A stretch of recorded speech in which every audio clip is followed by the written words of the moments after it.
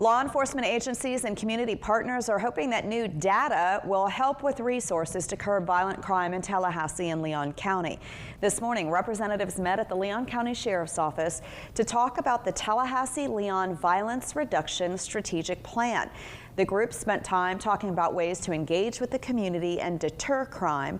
Leon County's Assistant Sheriff Grady Jordan tells us the panel takes a collaborative approach using real-time data. I think in the past we've never looked at it from a research component perspective, and so being able to work with FSU and again all of our local partners, whether it be the nonprofits or the other law enforcement agencies, that data is providing us a lot of information to where we can focus our efforts. The Tallahassee Police Department, Florida State Police, the State Attorney's Office, and the Public Defender's Office are among the agencies involved in this partnership. The group does plan to meet again later this year to go over early statistics from 2026.